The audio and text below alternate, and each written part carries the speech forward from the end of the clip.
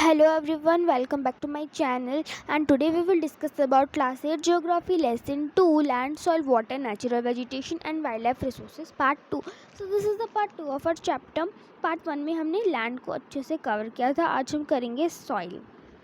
तो सॉइल क्या है? The thin layer of granny substance covering the surface of the earth is called soil.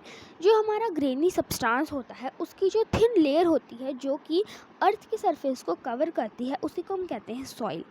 जैसे ये हमारा कोई भी ग्रेनी सब्सटेंस है, उस ग्रेनी सब्सटेंस की जो थिन लेयर है जो कि अर्थ की सरफेस को कवर कर रही है उसी को हम कहते हैं soil. It is closely link to the land. अब जो सॉइल है वो लैंड के चिपक कर है बिल्कुल, क्योंकि लैंड पे ही तो सॉइल होती है. Land forms determine the type of soil. जो लैंड फॉर्म्स हैं वो डिटरमिन करते हैं कि किस टाइप की सॉइल होगी. Soil is made up of organic matter, minerals and weather rocks found on the earth. अब जो सॉइल है वो किससे बनती है? सॉइल बनती है ऑर्गेनिक मैटर से, मिनरल से और वेदर रॉक्स से.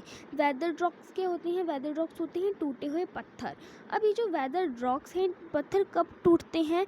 ये वैदरिंग के वजह से टूटते हैं. अब ये वैदरिंग क्या होती है इसको हम देख लेते हैं. वैदरिंग भी वही है कि जब जो हमारे रॉक्स होते हैं, जो हमारे पत्थर होते हैं, जब उनका ब्रेकिंग अप, जब वो टूट जाते हैं किसी भी कारण की वजह से, टेम्परेचर की वजह से, प्लांट्स की वजह से, एनिमल्स की वजह से, ह्यूमन एक्टिविटी की वजह से, किसी भी कारण की वजह से रॉक्स का ब्रेकिंग अप होना, उसी को हम कहते हैं वैदरिंग.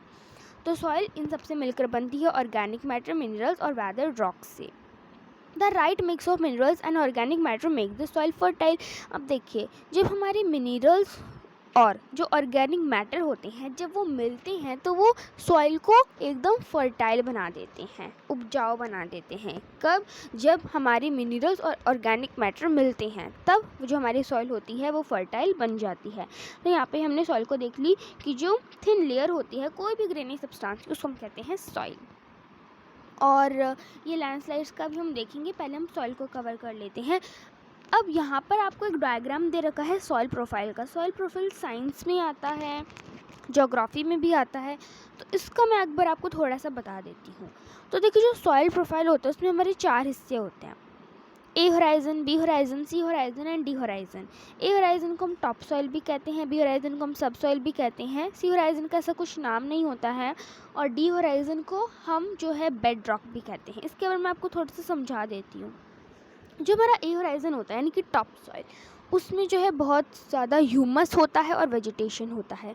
ह्यूमस क्या होता है कि जब हमारे प्लांट्स, एनिमल्स जब मर जाते हैं तो क्या है, हमारे सॉइल के अंदर बरी हो जाते हैं और फिर क्या है वो दब जाते हैं. तो बहुत सालों तक जो वो सड़े गले प्लांट्स होते हैं, सड़े गले एनिमल्स होते हैं, वो ह्यूमस में कन्वर्ट हो जाते हैं.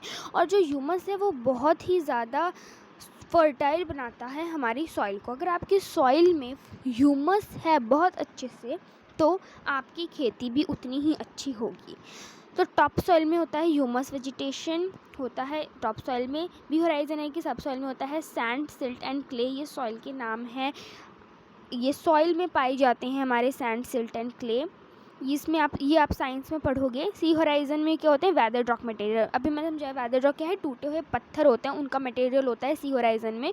और डी होराइजन होता है बिल्कुल ही नीचे वाला जो हिस्सा होता है सॉइल का, वो होता है पेरेंट रॉक. इसको हम कहते हैं बेड रॉक. डी होराइजन को हम कहते हैं बेड रॉक. इसको बेड रॉक या पेरेंट रॉक क्यों कहा गया है?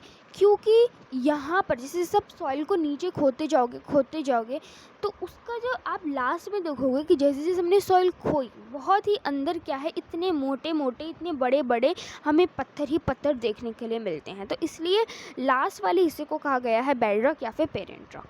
तो ये एक था थोड़ा सा सॉइल का प्रोफाइल. अब यहाँ पे डू यू नो दे रखा है कि देखिए 1 सेंटीमीटर ऑफ सॉइल को बनने में हंड्रेड्स ऑफ ईयर्स लगते हैं. तो 1 किलो और उससे भी ज़्यादा सॉइल बनने में कितने साल लगते होंगे, आप ये सोच सकते हो. उसके बाद है फैक्टर्स ऑफ सॉइल फॉर्मेशन, कि कौन कौन से फैक्टर्स हैं सॉइल फॉर्मेशन के, कौन कौन से फैक्टर्स हैं. तो अगर हम मेजर फैक्टर्स की बात करें सॉइल फॉर्मेशन की तो वो है पेरेंट रॉक और क्लाइमेटिक फैक्टर्स. पेरेंट रॉक मैंने आपको बताया ये होता है पेरेंट रॉक, और क्लाइमेटिक फैक्टर्स क्या होते हैं? क्लाइमेट ठीक है, क्योंकि हर जगह अलग अलग क्लाइमेट होता है। तो अगर मेजर फैक्टर्स की बात करी गई सॉइल फॉर्मेशन की, तो आप इतना ही जवाब दोगे पेरेंट रॉक और क्लाइमेटिक फैक्टर्स। कि जो क्लाइमेटिक फैक्टर्स होते हैं और जो पेरेंट रॉक होते हैं, ये मेजर फैक्टर्स होते हैं हमारे सॉइल फॉर्मेशन के। और भी अदर फैक्टर्स होते हैं जैसे कि टोपोग्राफी, ऑर्गेनिक मटेरियल का क्या रोल है, कितना टाइम लग रहा है सॉइल को बनने में। तो ये सारे फैक्टर्स जो हैं ये सॉइल फॉर्मेशन के ये फैक्टर्स हैं। और ये जो आप देखोगे climate, parent rock, topography, composition soil formation का, तो ये हर जगह आपको अलग अलग मिलेंगे। क्यों? क्योंकि ये सारी चीज़ें क्या है, डिफ़र करती है प्लेस टू प्लेस। तो सॉइल की फॉर्मेशन भी प्लेस टू प्लेस डिफ़र ही करेगी। तो फैक्टर कौन कौन से हैं सॉइल फॉर्मेशन के? पेरेंट रॉक, क्लाइमेटिक फैक्टर्स भी हैं, और topography, role of organic matter, कितना समय लग रहा है सॉइल को बनने में। तो ये सारे फैक्टर्स हैं हमारे सॉइल फॉर्मेशन के। अब यहाँ पे आपको एकदम अच्छे से डायग्राम दे रखा है, ये है हमारी सॉइल, और इसमें बता रखा है कि फैक्टर्स जो कि सॉइल को अफेक्ट कर रहे हैं। ये है हमारी सॉइल, और ये सारे हैं फैक्टर्स जो कि इस सॉइल को अफेक्ट कर रहे हैं। जैसे कि पेरेंट रॉक हमने देखा, पेरेंट रॉक क्या डिटरमाइन करता है, सॉइल का कलर कैसा होगा, उसका टेक्सचर कैसी होगा, उसकी chemical properties, mineral content, permeability. तो ये सारा पेरेंट रॉक देखता है।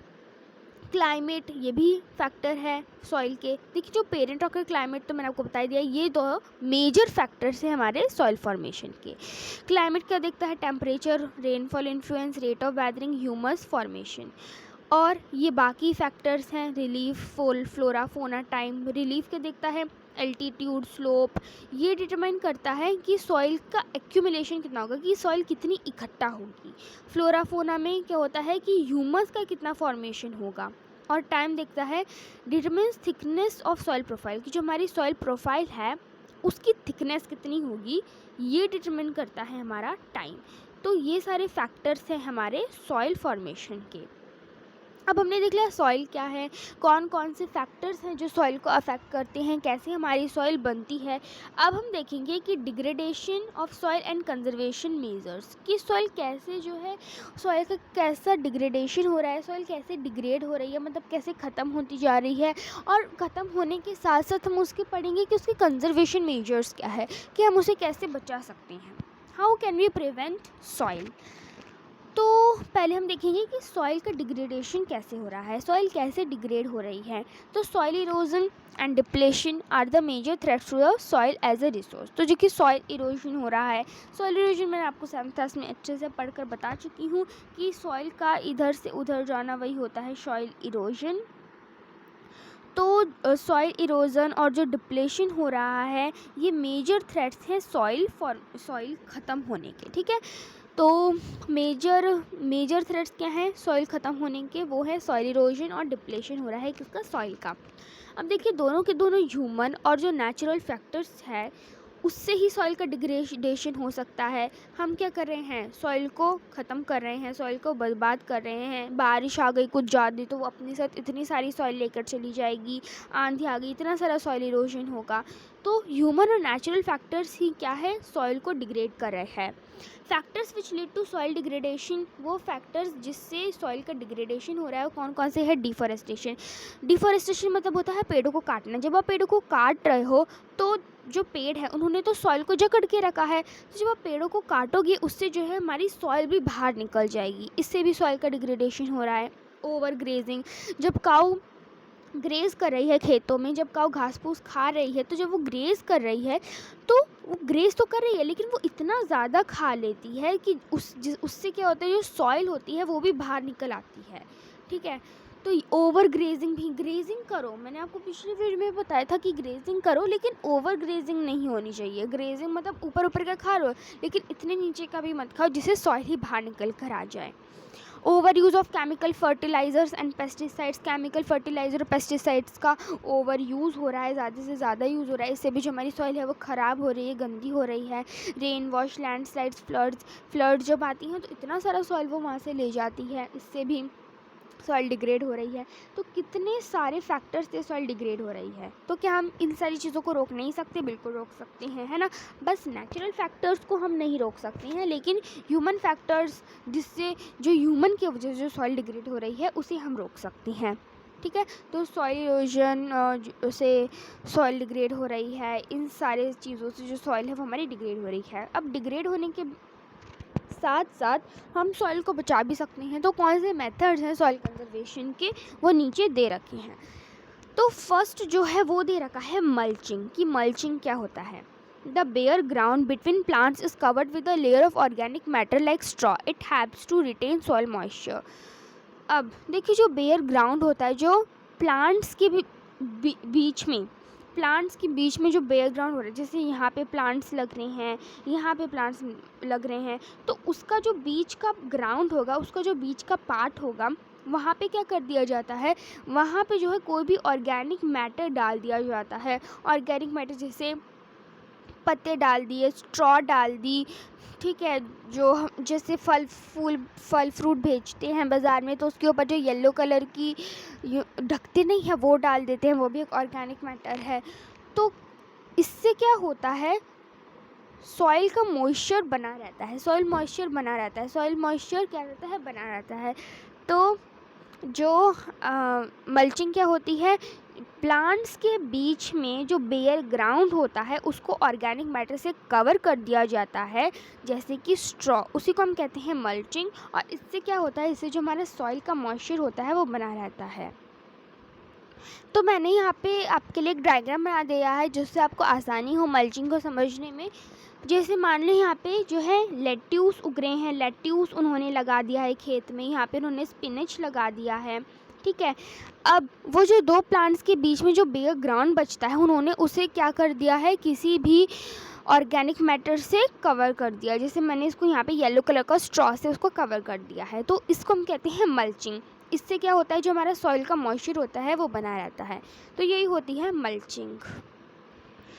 तो मल्चिंग से हम है सॉइल को बचा सकते हैं। दूसरा जो है वो है कॉन्टोर बैरियर्स। कॉन्टोर बैरियर्स क्या है, इससे हम देख लेते हैं। Stones, grass, soil are use to build barriers along contour. तो देखिए, स्टोन्स, पत्थर, ग्रास, घास, सॉइल, मिट्टी, इन सब को यूज़ करके क्या है, बैरियर्स बना दिए जाते हैं कॉन्टोर्स के अलॉन्ग, ठीक है। इन सारे मटेरियल्स का यूज़ करके क्या बना दिए जाते हैं, बैरियर्स बना दिए जाते हैं कॉन्टोर्स के अलॉन्ग। और फिर क्या कर दिया जाता है, ट्रेंचेस। ट्रेंचेस मतलब होती है इस तरीके से जो नालियाँ बनती है उसको हम कहते हैं ट्रेंचेस। तो ट्रेंचेस जो है वो बैरियर्स के फ्रंट में बना दी जाती है, जिससे जो पानी है वो कलेक्ट हो सके। तो यही होता है हमारे कॉन्टोर बैरियर। सिंपल रखिए कि पहले जो है कॉन्टोर्स के अलॉन्ग बैरियर्स बना दिए जाते हैं। क्या बना दिए जाते हैं, बैरियर्स बना दिए जाते हैं। फिर क्या किया जाता है, बैरियर्स बना के उसके सामने जो है नालियाँ, ट्रेंचेस बना दी जाती है बैरियर्स के सामने, जिससे जो पानी है वो कलेक्ट हो सके। तो यहाँ पे मैंने आपके लिए सिंपल डायग्राम बना दिया है कॉन्टोर बैरियर्स का। तो मेरी ड्राइंग इतनी अच्छी नहीं है, बस मैं आपको समझा देती हूँ इससे। तो पहले क्या कर दिया है, इन सारे मटेरियल स्टोन ग्रास का यूज़ करके बैरियर्स बना दिए गए हैं यहाँ पे इस तरीके से, ठीक है, बैरियर्स बना दिए गए हैं। फिर उसके सामने क्या है, कॉन्टोर्स के अलॉन्ग बैरियर्स बना के उन्होंने क्या है, ट्रेंचेस बना दी है, ऐसी नालियाँ से बना दी है। उसमें क्या कर रहे हैं ये लोग, पानी इकट्ठा कर रहे हैं। पानी जब आएगा तो उस ट्रेंचेस में इकट्ठा हो जाएगा, तो इसलिए वाटर को कलेक्ट करने के लिए होता है। तो यही होता है हमारा कॉन्टोर बैरियर्स। उसके बाद हम पढ़ते हैं रॉक डैम को, कि रॉक डैम क्या होता है। तो rocks are piled up to slow down the flow of water, this prevents gullies and further soil loss. तो देखिए, जो रॉक्स हैं उनको, मतलब मैं आपको सिंपल समझा देती हूँ कि रॉक्स को इकट्ठा कर देते हैं, एक जगह पर लगा देते हैं, और जब भी पानी का बहाव आएगा, जब भी पानी फ्लो होगा, तो जो रॉक्स है उससे क्या होगा, जो पानी का बहाव है वो स्लो हो जाएगा। इससे क्या होती है, गलीज जो बनती है, सॉइल का लॉस होता है, वो बच जाएगा। इसके लिए भी मैंने थोड़ा सा डायग्राम बना दिया है कि जैसे रॉक्स है, इनको क्या है इकट्ठा करके जब भी पानी आएगा, कहीं से भी पानी का जब बहाव आएगा तो इससे क्या होगा, जो रॉक्स है वो पानी का जो बहाव है वो धीरे कर देंगे। इससे जो है गलीज नहीं बनेगी, या फिर जो बहुत तेज़ से पानी का बहाव आएगा उससे जो है पानी अपने साथ ज़्यादा सॉइल नहीं ले जाएगी। तो इसी को हम कहते हैं रॉक डैम, मतलब रॉक का इस तरीके से इन्होंने डैम बना दिया है। तो रॉक डैम हो चुका है हमारा। उसके बाद हम करते हैं टेरेस फार्मिंग। टेरेस फार्मिंग से भी जो है हम सॉइल को बचा सकते हैं। ब्रॉड फ्लैट स्टेप्स और terraces are made on the steep slope so that flat surfaces are available to grow crops. इसमें क्या होता है कि ब्रॉड फ्लैट स्टेप्स, इसमें जो है स्टेप्स बना दिए जाते हैं सीढ़ियाँ की तरह, या फिर टेरेसेस बना दिए जाते हैं। कहाँ पर? स्टीप स्लोप्स पे बना दिए जाते हैं टेरेसेस को या स्टेप्स को। इससे क्या होता है, जो फ्लैट सरफेसेस होते हैं उनमें जो है हम क्रॉप्स को ग्रो कर लेते हैं। They reduce surface run of and soil erosion. इससे क्या होता है, जो सॉइल है सॉइल का इरोजन नहीं होता है। तो यही होती है टेरेस फार्मिंग। तो ये है हमारी टेरेस फार्मिंग। इसका डायग्राम पहले से ही दे रखा था। इसमें जो है क्या कर दिए हैं, यहाँ पर एक स्टीप स्लोप है। इस स्टीप स्लोप पे इन्होंने क्या बना दिए हैं, टेरेसेस, ऐसे सीढ़ियों टाइप बना दिए हैं और उसमें क्या कर रहे हैं, वो क्रॉप्स को ग्रो कर रहे हैं। इससे क्या होगा, इससे जो हमारा सॉइल है उसका इरोजन नहीं होगा। तो इसी को हम कहते हैं terrace farming. Terrace farming simple है कि मतलब टेरेस बनाकर, मतलब स्टीप स्लोप्स पर टेरेसेस को बनाकर फार्मिंग करी जाना, उसको कहते हैं हम टेरेस फार्मिंग। और एग्जाम में आप लिख सकते हो उससे क्या होता है, सॉइल इरोजन नहीं होता बस। उसके बाद है intercropping. Different crops are grown in alternate rows and are sown at different times to protect the soil from rain wash. अब देखिए, डिफरेंट क्रॉप्स, अलग अलग क्रॉप्स को उगाया जाता है ऑल्टरनेट रोज में, और उनको सोन किया जाता है, उनको बोया जाता है डिफरेंट टाइम्स में, जिससे जो है रेन वॉश से, जब बारिश हो उससे जो सॉइल है उसका इरोजन ना हो, उससे जो सॉइल है वो बच सके। इसका आपको समझ में नहीं आया होगा, मैं आपको अभी समझाती हूँ। तो जो डायग्राम है मैं आपको बिना पॉज करके समझाऊंगी, जिससे आपको इजी हो जाए समझने में। लाइक आप समझिए कि डिफरेंट क्रॉप्स, जैसे एक मैंने क्रॉप किसी और चीज़ का उगा लिया, एक क्रॉप मैंने किसी और चीज़ का लगा लिया। मान लो ये इस अल्टरनेट रो में मैंने क्या है, किसी एक क्रॉप लगा दी। फिर दूसरी रो में मैं दूसरी क्रॉप लगाऊंगी, तीसरी रो में मैं दूसरी क्रॉप लगाऊंगी। तो ऐसे क्या होता है, ऑल्टरनेट रोज में डिफरेंट क्रॉप्स को हम लगाते हैं, और इन क्रॉप्स को बोया कब जाता है, डिफरेंट टाइम्स, अलग अलग टाइम्स में बोया जाता है, जिससे जब बारिश आए तो उससे जो सॉइल है वो बहकर ना जाए। इसी को हम कहते हैं इंटरक्रॉपिंग। मतलब किस तरीके से क्रॉपिंग करी जा रही है, इंटर करी जा रही है, मतलब अलग अलग करी जा रही है। तो इसी को हम कहते हैं इंटरक्रॉपिंग। तो अगर एग्जाम में आ जाए इंटरक्रॉपिंग, तो आप इतना लिख सकते हो कि अलग अलग क्रॉप्स को, डिफरेंट क्रॉप्स आर ग्रोन, किस में हो रही है, ऑल्टरनेट रोज में हो रही है, और उनको बोया कब जाता है, डिफरेंट टाइम्स में बोया जाता है, जिससे जो सॉइल है वो प्रोटेक्ट हो सके, किससे, रेन वॉश से। तो इसी को हम कहते हैं इंटरक्रॉपिंग। उसके बाद आता है कॉन्टरप्लोइंग। कॉन्टरप्लोइंग क्या होता है, ploughing parallel to the contour of a hill slope to form a natural barrier for water to flow down the slope. इसमें क्या होती है, जो प्लोइंग होती है, प्लोइंग वो हिल स्लोप की कॉन्टोर के पैरेलल होती है। इससे क्या बन जाता है, एक नेचुरल बैरियर बन जाता है वाटर के लिए। तो फिर जो स्लोप से जो पानी आएगा, उससे स्लोप से जो पानी की ढलान होगी उससे जो है पानी भी कलेक्ट हो सकते हैं। यहाँ पे इसमें आपको दे रखा है कॉन्टर प्लोइंग। इसमें जो प्लोइंग है वो किसके पैरेलल है, इसमें जो प्लोइंग है वो हील स्लोप के कॉन्टोर के पैरेलल है। इससे क्या होगा, जब भी पानी आएगा तो यहाँ पे ढलान सी दे रखी होगी, ढलान सी दे रखी है ना, तो यहाँ पर क्या हो जाएगा, पानी जो है हिल स्लोप से नीचे गिरता जाएगा। तो इसी को हम कहते हैं कॉन्टर प्लोइंग। तो यहाँ पर आप क्या देख रहे हैं, एक बैरियर सा बन गया है ना, नेचुरल बैरियर सा बन गया है। जब प्लोइंग हिल स्लोप के कॉन्टर के पैरेलल हुई, इससे एक बैरियर बन चुका है वाटर के लिए। तो उससे क्या होगा, स्लोप से नीचे पानी ढलता रहेगा, उसकी ढलान होती रहेगी। अब शेल्टर बेल्ट्स क्या होता है? In the coastal and dry regions rows of trees are planted to check the wind movement to protect soil cover. अब शेल्टर बेल्ट्स क्या होता है? देखिए कोस्टल एरिया, कोस्टल मतलब होता है जहाँ वो एरिया जो समुद्र तट के पास होते हैं। कोस्टल एरियाज़ में या फिर ड्राई रीजन्स में आप देखोगे कि जो ट्री की रोज़ है उनको लगा दिया जाता है, इसलिए विंड मूवमेंट को चेक करने के लिए कि कहाँ पे जो विंड है वो जा रही है, ठीक है, विंड मूवमेंट को चेक करने के लिए और सॉइल कवर को प्रोटेक्ट करने के लिए। मतलब जब आप एक